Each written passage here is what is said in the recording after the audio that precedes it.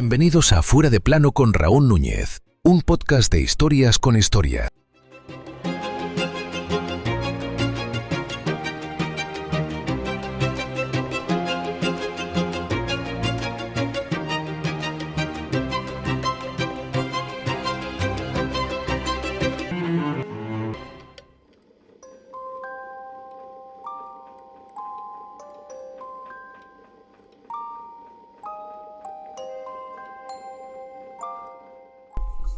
Un campo de trigo infinito bajo un cielo amenazante. Un disparo seco. Un hombre pelirrojo, considerado el loco del pueblo, que se tambalea de vuelta a su pensión para desangrarse lentamente en una cama humilde. Mientras su hermano pequeño, roto de dolor, le sostiene la mano. Esa es la imagen casi cinematográfica que el imaginario colectivo tiene de la muerte de Vincent van Gogh. Es la historia del artista atormentado por excelencia, del mártir del arte, del hombre que se cortó la oreja en un arrebato de locura para regalársela a una prostituta. Es una historia perfecta, demasiado perfecta. ¿Y si te dijera que gran parte de lo que sabemos sobre su final es un invento de Hollywood? ¿Y si el célebre incidente de la oreja esconde en realidad un pacto de silencio para proteger a un amigo violento, armado, con un sable de esgrima?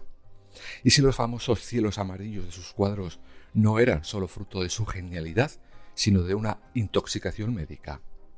Bienvenidos a un nuevo episodio de Fuera de Plano. Hoy viajamos al 29 de julio de 1890, a la asfixiante habitación número 5 de la pensión Rabaud en Auvers-sur-Oise. Hoy no vamos a quedarnos en la superficie del lienzo, vamos a raspar un poquito la pintura, vamos a diseccionar la vida, los demonios, los colores y sobre todo la verdadera muerte de Vincent van Gogh.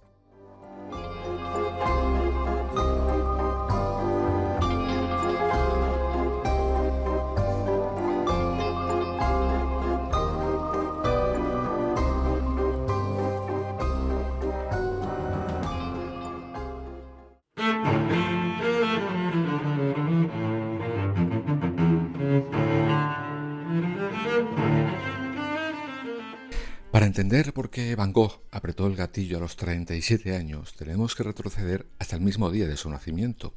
Y os advierto que su historia familiar tiene un comienzo tan macabro como premonitorio. Vincent Willem van Gogh nació el 30 de marzo de 1853 en Groot-Zundert, un pequeño y conservador pueblo de los Países Bajos. Su padre, Theodorus, era un estricto pastor calvinista y su madre, Ana Cornelia, una mujer de carácter rígido.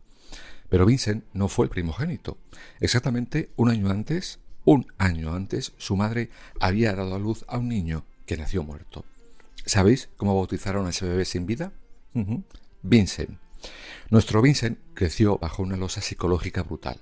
Cada domingo, al ir a la iglesia, el niño pasaba por el cementerio parroquial y veía una lápida con su propio nombre, Vincent Willem van Gogh. Veía su fecha de nacimiento, pero con el año anterior. Para su madre, él nunca dejó de ser el sustituto del hijo perdido, un reemplazo defectuoso. Esta sombra de la muerte, este sentimiento de ser un intruso en su propia familia, cimentó en él una personalidad solitaria, intensa y profundamente melancólica. Soy un forastero, un extraño para ellos, escribiría más tarde en una de las más de 800 cartas que envió a su hermano Theo. Antes de coger un pincel de forma profesional, la vida de Vincent fue una sucesión de fracasos estrepitosos.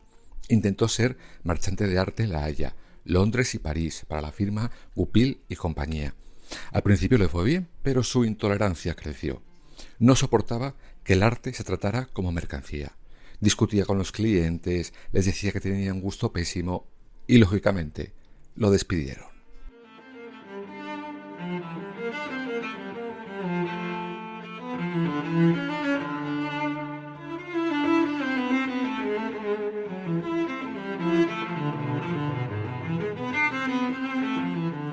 Quiso entonces seguir los pasos de su padre. Estudió para ser teólogo y pastor evangélico. Lo enviaron como misionero al Borinage, una paupérrima región minera en Bélgica. Allí, al ver la miseria de los mineros, Vincent llevó el cristianismo al extremo. Regaló su ropa, su cama y su comida. Dormía en el suelo sobre paja y se manchaba la cara con carbón para ser uno de ellos. La Iglesia, escandalizada por este fanatismo indecoroso, le retiró el apoyo y lo expulsó.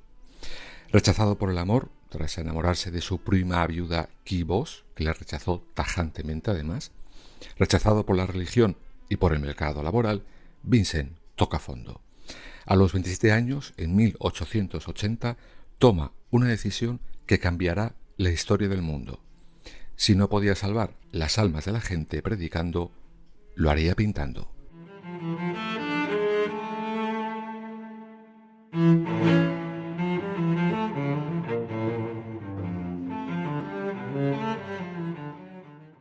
Los primeros años de Vincent como pintor están muy lejos de los colores brillantes que hoy adornan las tazas y los paraguas de las tiendas de souvenirs. En su Holanda natal, su paleta era lodo.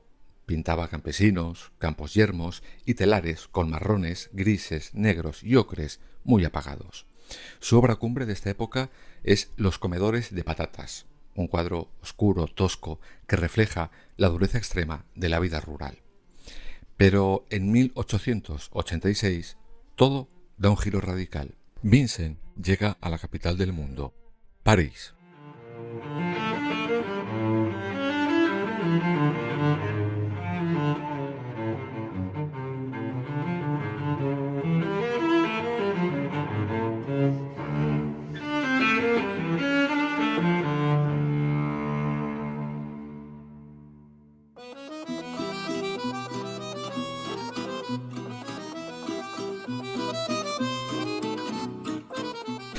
Allí, en París, se instala en el barrio de Montmartre con su hermano menor Theo.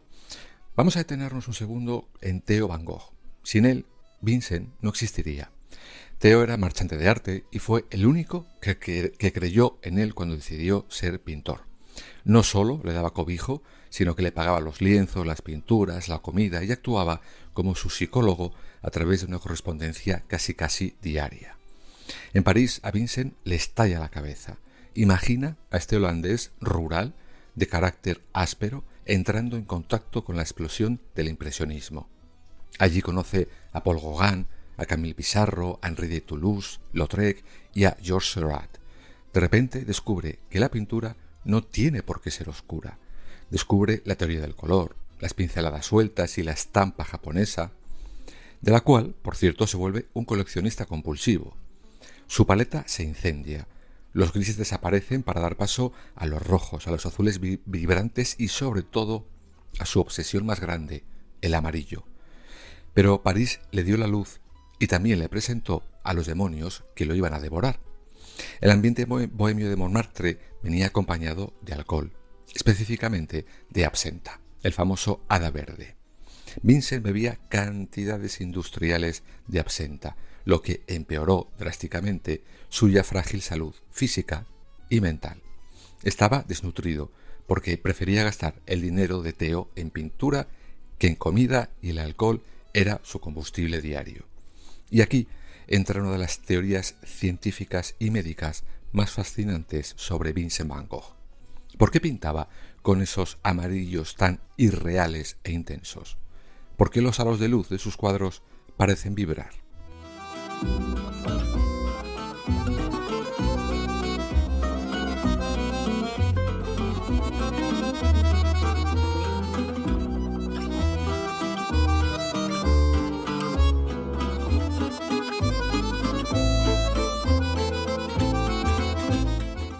Muchos historiadores de la medicina coinciden en que no era solo una elección estilística, sino un síntoma biológico. Vincent sufría de múltiples patologías. Se ha hablado de trastorno bipolar, de porfiria, de la enfermedad de Meniere, pero sobre todo de epilepsia del lóbulo temporal. En aquella época, uno de los pocos tratamientos recetados para estas crisis y para la melancolía severa era una planta llamada dedalera, de la cual se extrae la digitalina. El mismísimo doctor Gasset, que lo trataría al final de su vida, le recetaba extractos de esta planta. ¿Cuál era el problema? Pues que uno de los efectos secundarios de la intoxicación por digitalina es un trastorno visual llamado xantopsia. Las personas que sufren santopsia empiezan a ver el mundo con un filtro amarillento y perciben coronas o halos brillantes alrededor de las fuentes de luz. Si cierras los ojos y piensas en la noche estrellada o en los girasoles, esos halos envolventes alrededor de las estrellas y ese amarillo casi radioactivo adquieren un nuevo significado. No le estamos restando genio, al contrario, estamos viendo cómo un cerebro enfermo y un cuerpo intoxicado procesaban la realidad y cómo su genialidad fue capaz de plasmar esa visión distorsionada en obras de arte inmortales.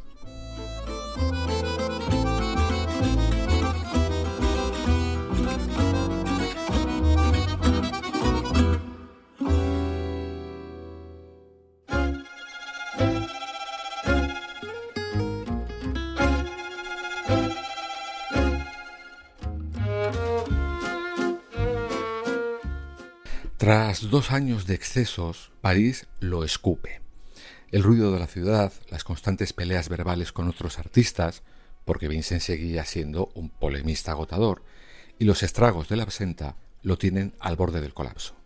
En febrero de 1888 se sube a un tren y huye al sur de Francia, a Arles. Buscaba la luz cegadora del Mediterráneo, el soja que lo curara todo.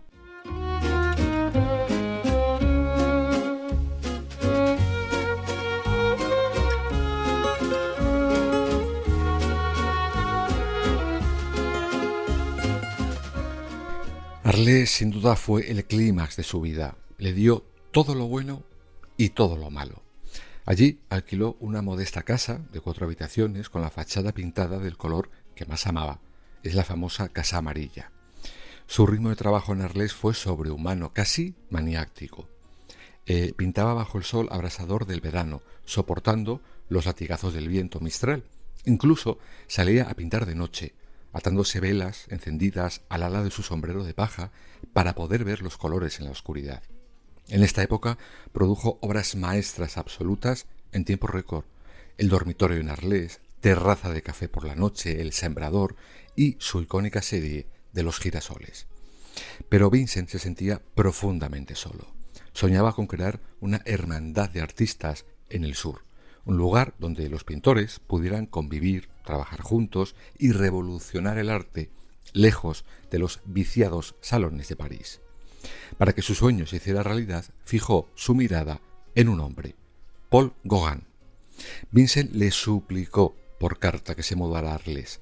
Gauguin, que estaba en Bretaña, arruinado y con deudas, no tenía ningún interés en encerrarse en un pueblo con un hombre al que consideraba, inestable. Sin embargo, intervino Theo. El hermano pequeño, desesperado por estabilizar a Vincent, le hizo a Gauguin una oferta que no pudo rechazar. Le pagaría el billete de tren, le saldaría sus deudas y le daría un sueldo mensual de 250 francos a cambio de unas cuantas pinturas y de que acompañara a su hermano. Gauguin aceptó, evidentemente por puro interés económico.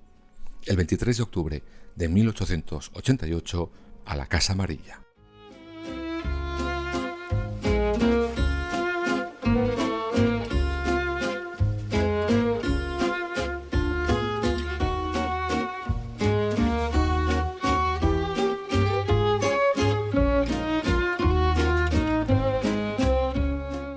Bueno, al principio parecía que el sueño utópico de Vincent funcionaba. Compraron grandes rollos de lienzo para ahorrar dinero, pintaban los mismos paisajes, bebían juntos, visitaban los burdeles locales. Vincent decoró la habitación de su invitado con sus mejores girasoles para que se sintiera bienvenido. Pero era una bomba de relojería. Eran 2 caracteres diametralmente opuestos, 2 egos artísticos incompatibles. Gauguin era arrogante, cínico y sistemático. Él defendía que el arte debía nacer de la memoria y de la imaginación. Despreciaba pintar la realidad tal cual.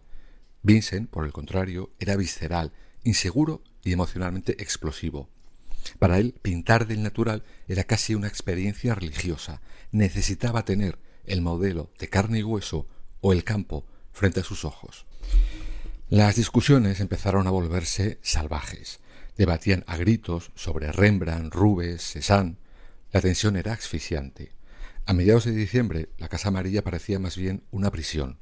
Gauguin amenazaba continuamente con irse, escribiendo a Theo que la convivencia era imposible. Sus actitudes no tienen lógica, decía. Para Vincent, la sola idea del abandono de Gauguin era insoportable.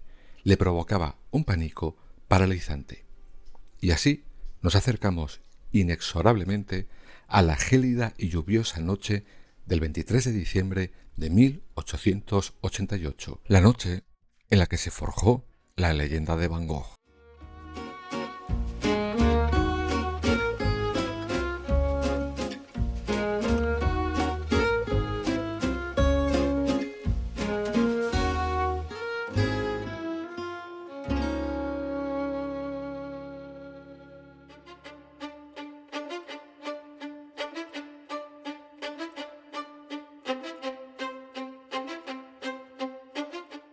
La versión oficial, la que encontraréis en casi cualquier enciclopedia, cuenta lo siguiente.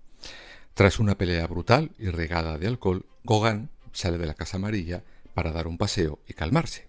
Vincent lo persigue por la calle empuñando una navaja de afeitar abierta. Cuando Gauguin se da la vuelta y lo intimida con la mirada, Vincent huye despavorido de regreso a casa.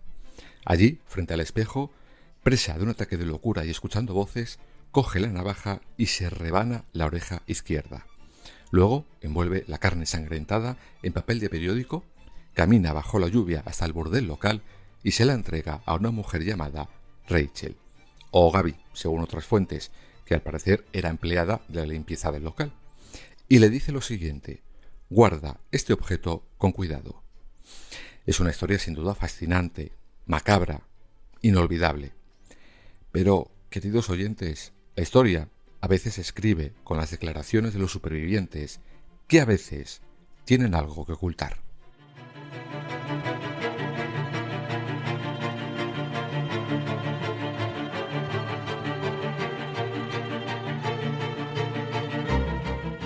En el año 2009, la narrativa de la historia del arte sufrió un terremoto sin precedentes.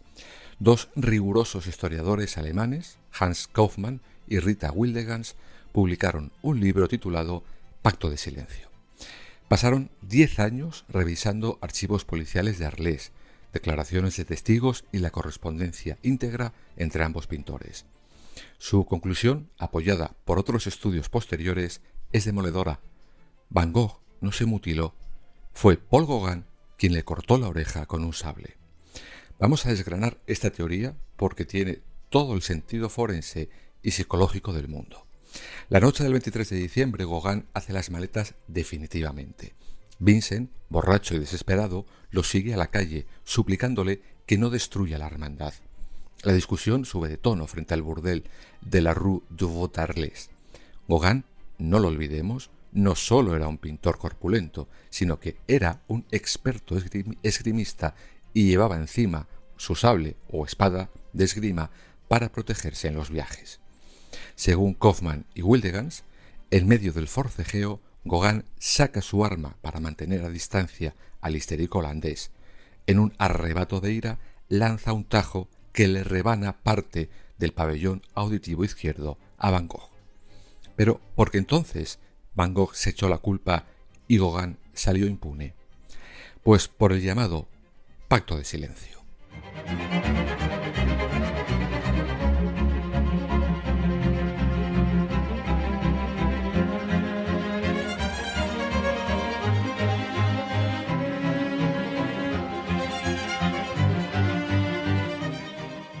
A ver, Vincent idolatraba a Gauguin. Si confiesaba la verdad, Gauguin iría a la cárcel y la separación sería absoluta y llena de odio. Vincent prefirió asumir la culpa de la locura antes que incriminar a su amigo. Por su parte, Gauguin, sabiendo que se enfrentaba a prisión por agresiones y mutilación, se inventó la historia del autoataque.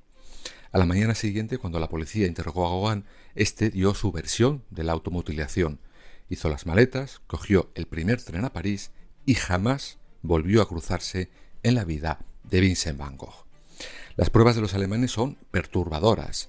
En la única declaración policial que prestó Van Gogh sobre el asunto, él se niega a acusar a Gauguin y asegura que no recordaba nada. Meses después, en una carta a su hermano Theo, Vincent escribe una frase escalofriante refiriéndose a su antiguo compañero. Menos mal que no tenía una ametralladora u otro tipo de armas de fuego. Sus instintos son los de un asesino. Y en un borrador de otra misiva directamente a Gauguin, Van Gogh deja caer una velada amenaza que confirmaría la conspiración. Tú callas, yo también callaré. Médicamente la teoría también encaja. Los expertos psiquiátricos modernos señalan que la automutilación, especialmente la amputación de una extremidad tan dolorosa y en el papel de losa, como una oreja, con una simple navaja barbera de la época, requiere una fuerza e insensibilidad al dolor muy extrañas en pacientes con todo lo que tenía Van Gogh encima. Fuera quien fuese el que empuñó la hoja, esa noche marcó el final. Vincent despertó en el hospital desangrado. Cuando volvió a la Casa Amarilla se encontró el desprecio total. 30 vecinos de Arles firmaron una petición formal, la famosa Petition d'Utrecht, exigiendo al alcalde que lo encerraran por ser un peligro público. Lo llamaban Le Fou, el loco pelirrojo. Destrozado, humillado y asustado de su propia mente, Vincent toma una decisión radical.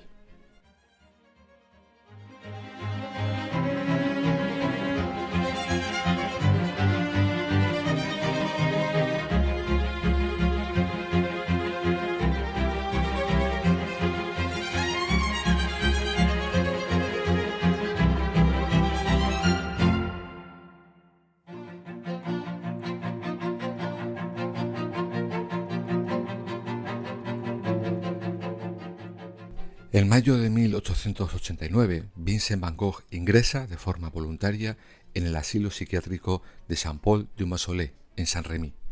Es un antiguo monasterio reconvertido en hospital para locos. Allí pasará exactamente un año entero. Tiene prohibido salir del recinto sin supervisión, así que pinta a través de los barrotes de la ventana de su celda, y es precisamente a través de esos barrotes desde donde el mundo recibirá una de sus obras cumbres, La noche estrellada. Este cuadro ha sido analizado hasta la saciedad. Representa un cielo nocturno convulso, turbulento, donde las estrellas parecen torbellinos de fuego amarillo y blanco, con un ciprés gigante en primer plano que se alza como una llama negra hacia el cielo. Lo curioso es que ese paisaje no existía, es una invención. Vincent mezcló la vista de su ventana con los recuerdos de su pueblo holandés. Esa iglesia, con el campanario puntiagudo, no es del sur de Francia.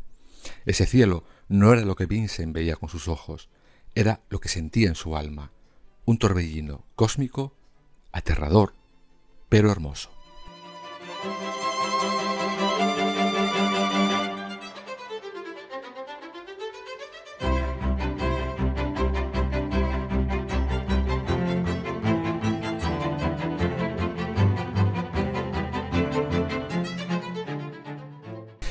En mayo de 1890, Vincent parece estabilizado. El asilo ya no le aporta nada. Siguiendo el consejo de Camille Pissarro, Theo le busca un nuevo destino, Auvers-sur-Oise, un pueblecito rural a las afueras de París. La idea era genial. Estaría a solo un viaje de tren de su hermano y bajo la supervisión de un médico muy particular, el doctor Paul Gachet, homeópata, melancólico y aficionado al arte. Cuando Vincent conoce a Gachet, su diagnóstico es demoledor y sarcástico. Escribe a Theo: he visto al doctor Gachet y creo que está más enfermo que yo, o al menos tanto. Los últimos 70 días de Vincent en Auvers son de un frenesí absoluto, casi sobrenatural. Pinta 74 cuadros, más de uno al día. Pinta retratos de Gachet, la iglesia del pueblo, los campos que lo rodean. A simple vista parecía una recuperación milagrosa, pero bajo la superficie, la olla a presión estaba a punto de reventar. Theo le da una mala noticia. Su hermano acaba de ser padre de un niño, al que ha llamado Vincent. Su salud, por la sífilis, está empeorando y tiene problemas financieros graves con la Galería Goupil. Le advierte que quizá tenga que recortar o suspender la pensión que le manda. Para Vincent, esto es la estocada final. Él dependía íntegramente de Theo. En 37 años de vida y casi una década de pintar, como un poseso, solo había logrado vender un cuadro en toda su vida, El viñedo rojo, por cierto. Se siente una carga inútil, un parásito que está arruinando a la única persona que ama. La angustia se vuelve insoportable.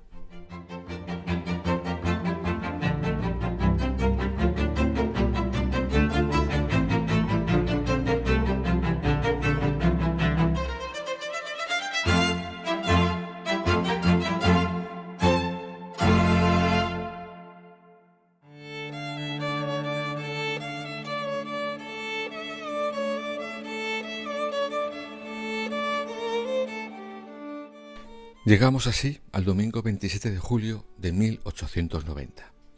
Después de comer en la pensión Rabot, Vincent coge su caballete, sus pinturas y algo más. Un viejo y oxidado revólver Le Fauché de bolsillo, de calibre 7 milímetros, prestado por el dueño de la pensión. Oficialmente lo usaba para espantar a los cuervos que le molestaban mientras trabajaba en el campo. En algún momento de la tarde, escondido tras el castillo del pueblo o en un trigal apartado, Vincent se apunta al pecho, bajo las costillas, y aprieta el gatillo. El disparo es torpe, la bala rebota en una costilla, esquiva el corazón y otros órganos vitales y se aloja profundamente en el abdomen. El dolor debió de ser inimaginable.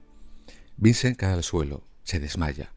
Horas después, que a la noche, despierta empapado en sangre, incapaz de encontrar el arma para rematarse. A trompicones, agarrándose al estómago, camina de vuelta a la pensión. Arthur Rabot, el dueño, lo encuentra encogido en su pequeña habitación. Al preguntarle qué le pasa, Vincent contesta en voz muy baja: «Me he herido a mí mismo». En ese momento llaman al doctor Gasset y al médico del pueblo. Ninguno es cirujano. Determinan que extraer la bala, con los medios de la época, lo iba a matar en el acto. Solo quedaba esperar. Le avisan a Theo por telegrama, quien deja todo en París y llega corriendo el día 28.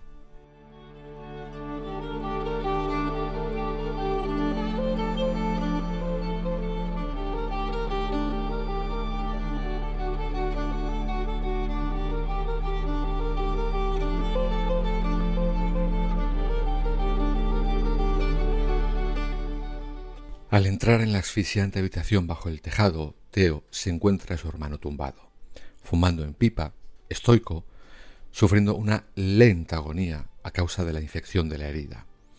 Pasan 2 días enteros hablando en holandés, recordando su infancia. En la madrugada del 29 de julio, a la 1:30 de la mañana, Vincent siente que el final llega. Mira a Theo y pronuncia la frase que resume toda su existencia: la tristeza durará para siempre. Y en ese momento, Vincent van Gogh murió.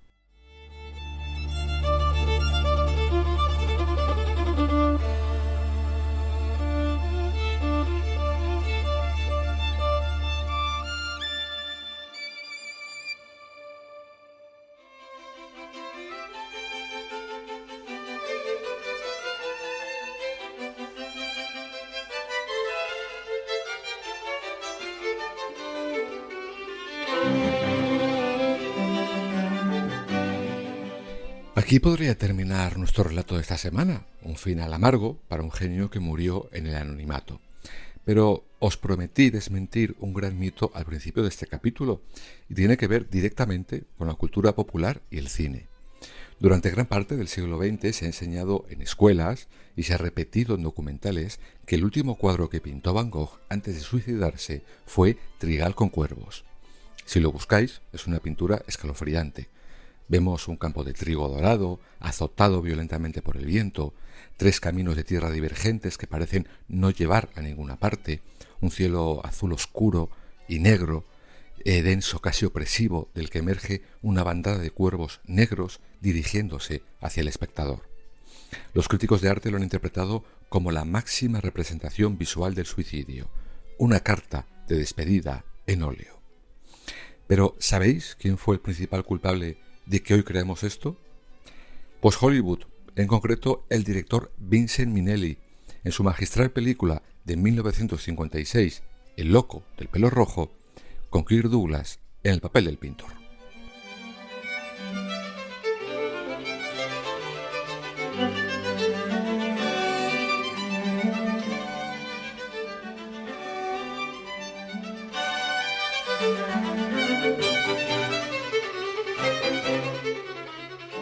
Bueno, Minnelli, buscando el máximo impacto dramático, creó una escena cumbre. Vemos a Kirk Douglas en medio del campo, atacando el lienzo con pinceladas furiosas, pintando esos cuervos, mientras su locura se desborda. Al dar la última pincelada, atormentado por las aves, saca el arma, se dispara allí mismo y cae muerto sobre el trigal. Es un momento de pura catarsis cinematográfica, pero es históricamente falso.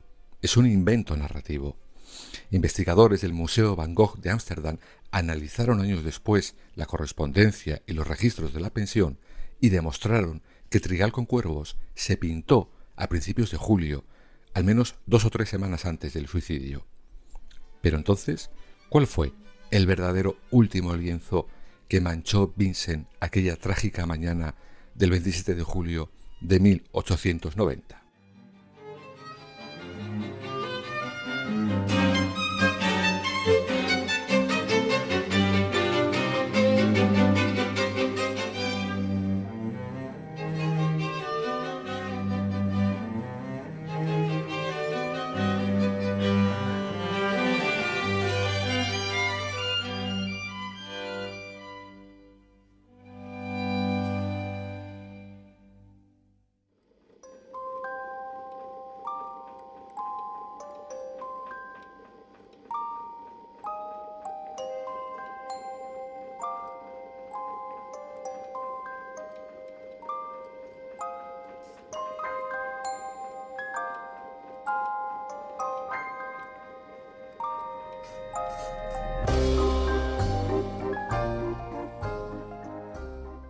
Bueno, pues la respuesta la dio un descubrimiento increíble ocurrido hace muy poco, en pleno confinamiento por el COVID del 2020.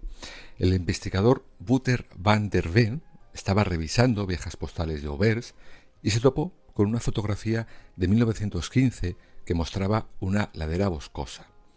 Las formas de los árboles le resultaron idénticas a un cuadro inacabado de Van Gogh. Tras un riguroso análisis pericial, se confirmó.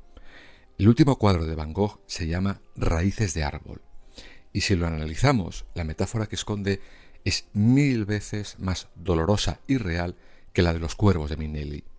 El cuadro es casi abstracto, muestra un primer plano caótico de raíces retorcidas, nudosas, aferradas desesperadamente a la ladera, de arena, de esa colina. Las raíces intentan agarrarse a la tierra para sobrevivir a la erosión, pero la tierra está cediendo, desmoronándose bajo ellas. Algunas raíces ya han sido arrancadas. El cuadro no está terminado. Esa mañana Vincent se sentó frente a esas raíces e intentó plasmarlas. Él era esa raíz. Llevaba 37 años aferrándose a la vida, a la religión, ateo, al arte, a la esperanza de curar su mente. Pero la tierra ya había cedido. Ya no le quedaban fuerzas para sostenerse.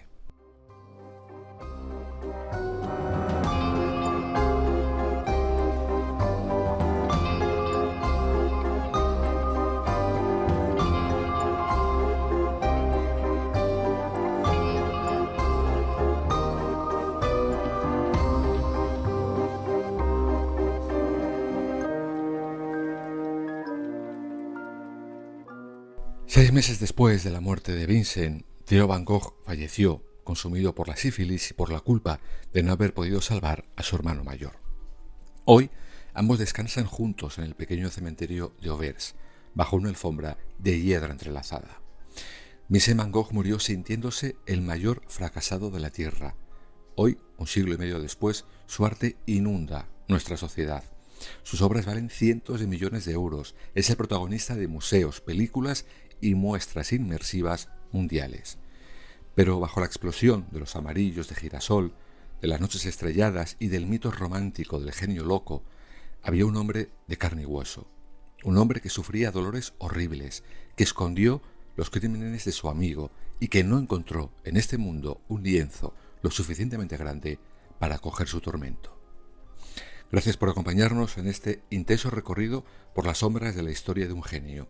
Si te ha gustado este episodio Fuera de Plano, lo de siempre, no olvides suscribirte y compartirlo, porque la historia no es solo el pasado, es el mapa que usamos para no perdernos en el futuro.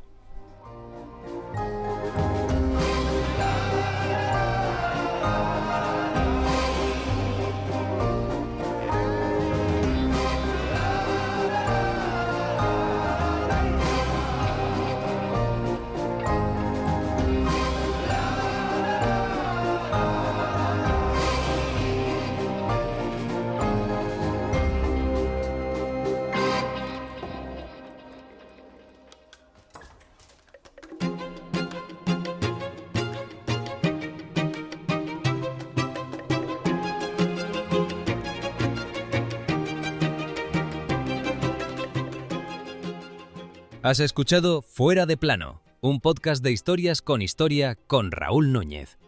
Escúchanos en las principales plataformas digitales y ahora también en nuestra web www.fueradeplanopodcast.es. Síguenos para no perderte nada en nuestras redes sociales, Instagram, Facebook, TikTok o Threads. Hasta la próxima historia.